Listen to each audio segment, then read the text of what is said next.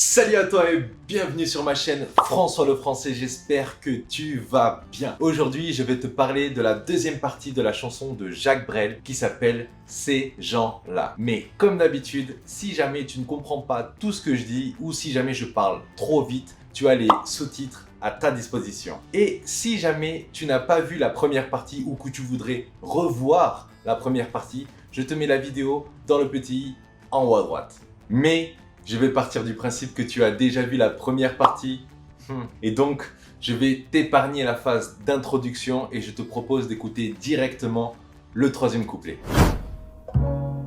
Et puis, il y a les autres. La mère qui ne dit rien, ou bien n'importe quoi. Et du soir au matin, sous sa belle gueule d'apôtre, et dans son cadre en bois, il y a la moustache du père qui est mort d'une glissade et qui regarde son troupeau bouffer la soupe froide. Et ça fait des grands... Et ça fait des grands...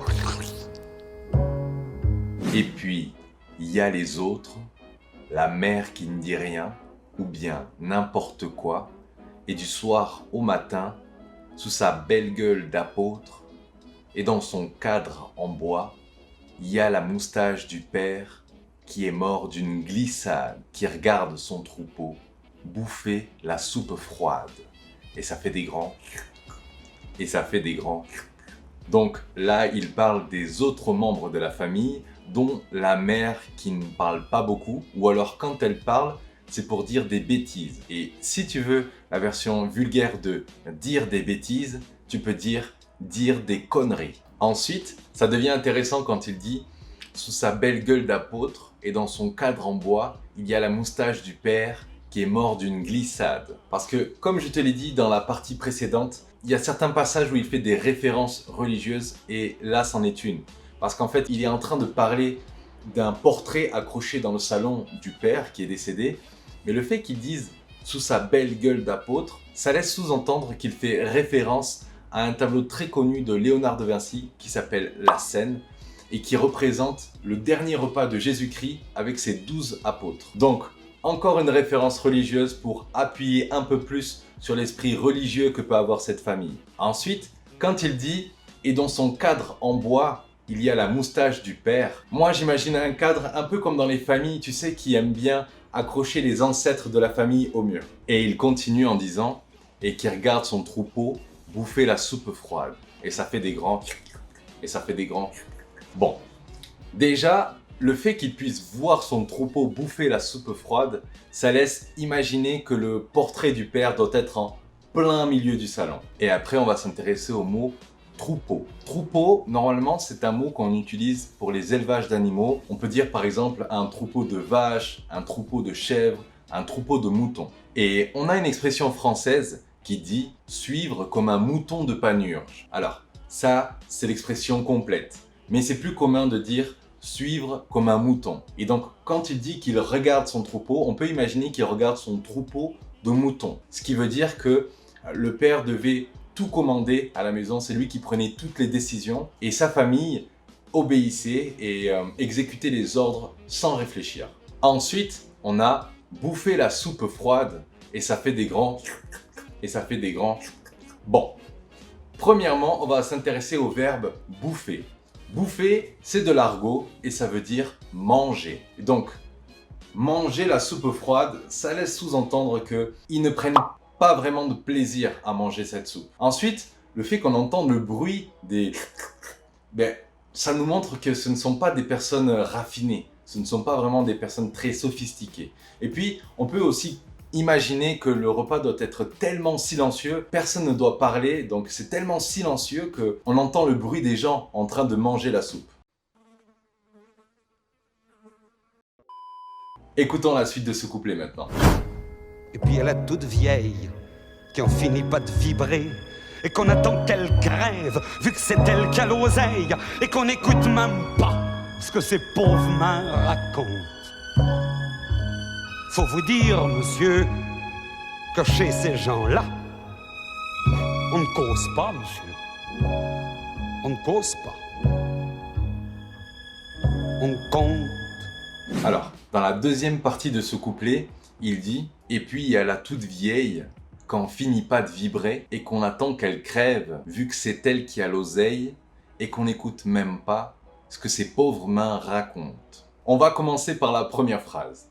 Et puis il y a la toute vieille quand on finit pas de vibrer. Tu sais, dans certaines familles, toutes les générations sont réunies sous le même toit. Et donc quand il dit la toute vieille, on peut comprendre qu'il parle de la grand-mère. Et pour dire le mot grand-mère, tu peux dire aussi mamie. Puis, juste après la toute vieille, il rajoute quand on finit pas de vibrer. Donc là, on peut comprendre que la grand-mère souffre de la maladie de Parkinson.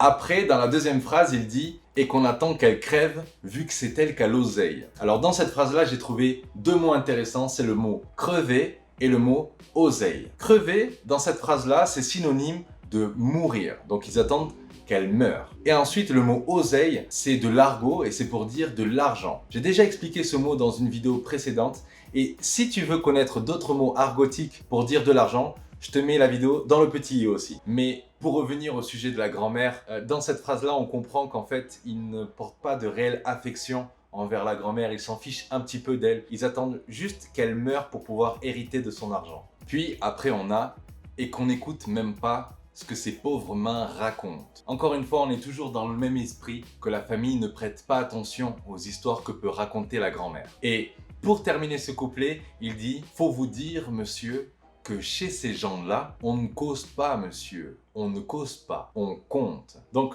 comme tu as pu le voir tout au long de ce couplet, premièrement, il y a la mère qui ne dit rien. Ensuite, on entend le bruit des gens manger tellement qu'ils ne parlent pas entre eux. Ils n'écoutent pas non plus les histoires que peut raconter la grand-mère. Donc, pour résumer, dans cette famille, on ne parle pas, on ne communique pas. Mais par contre, on compte. Donc, bien sûr, on peut imaginer qu'il compte l'argent, mais on peut aussi imaginer qu'il compte les années qui restent à vivre à la grand-mère pour pouvoir hériter de son argent. Écoutons maintenant le quatrième et dernier extrait. Et puis, il y a Frida, qui est belle comme un soleil, et qui m'aime pareil que moi j'aime Frida. Même qu'on se dit souvent qu'on aura une maison avec des tas de fenêtres, avec presque pas de murs, et qu'on vivra dedans, et qu'il fera bon y être, et que si c'est pas sûr, c'est quand même peut-être, parce que les autres veulent pas, parce que les autres veulent pas. Alors, dans ce passage, j'ai pas remarqué de vocabulaire particulièrement compliqué, alors je vais te le résumer. En gros, il parle de cette fameuse Frida, cette fille dont il est amoureux, avec qui il aimerait avoir une relation amoureuse, avec qui il a des projets de vie, avec qui il aimerait avoir une maison, mais avec qui aussi il rencontre certaines incertitudes, parce qu'en fait, la famille de Frida est contre cette relation, elle n'est pas d'accord avec cette relation. Quand il dit parce que les autres ne veulent pas, en fait, ça veut dire que la famille de Frida ne veut pas de cette relation. Les autres, ils disent comme ça qu'elle est trop belle pour moi, que je suis tout juste bon à égorger les chats. J'ai jamais dû de chat, ou alors il y a longtemps, ou bien j'ai oublié, ou ils sentaient pas bon. Enfin ils veulent pas,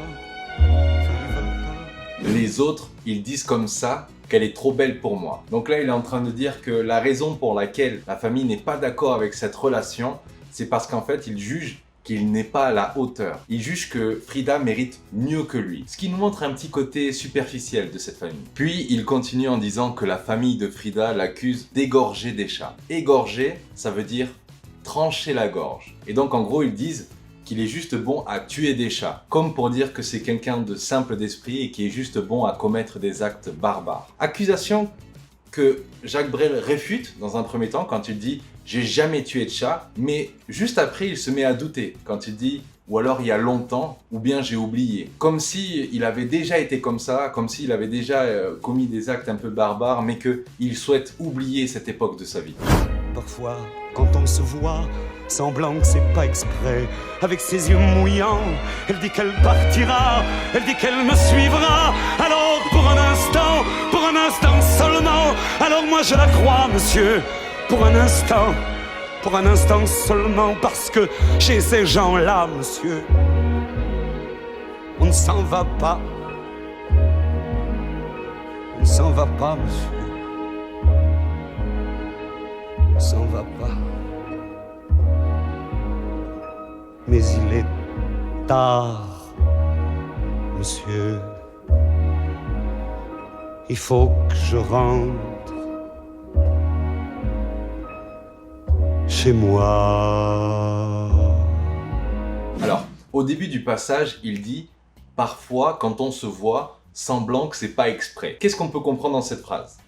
Vu que la famille est contre cette relation, pour se donner rendez-vous, pour se voir, ils étaient obligés de trouver des astuces. Donc, ils se donnaient rendez-vous dans des endroits où ils pourraient se rencontrer potentiellement par hasard. Par exemple, pour se voir, ils se donnaient rendez-vous au supermarché et faire semblant de faire les courses et de se rencontrer par hasard. Et quand il dit « avec ses yeux mouillants », elle dit qu'elle partira, elle dit qu'elle me suivra. Ça veut dire que Frida a les larmes aux yeux, ça veut dire qu'elle pleure lorsqu'il parle de partir vivre ensemble, lorsqu'il parle de projets futurs ensemble. Et il poursuit en disant que pour un instant, il la croit. Et le fait qu'il répète plusieurs fois le mot « pour un instant », ça montre que ce moment où il croit au rêve de vivre avec Frida est très bref, il est très court, parce qu'il est très rapidement rattrapé par la dure réalité qui est que la famille de Frida est contre cette relation. Et c'est pour ça qu'il termine ce couplet en disant « Parce que chez ces gens-là, monsieur, on ne s'en va pas ». Comme pour dire que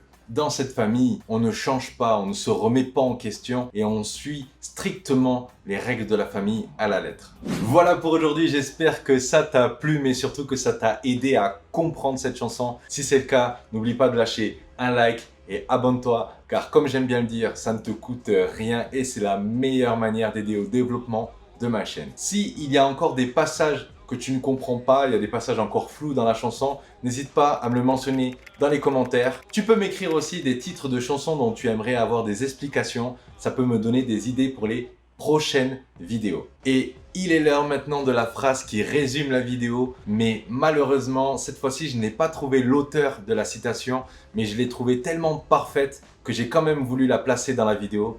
Donc, c'est une citation qui dit « L'une des plus grandes douleurs est d'aimer une personne que tu ne peux pas avoir. » Sur ce, moi je vais te dire à plus, à bientôt et à la prochaine. Ciao!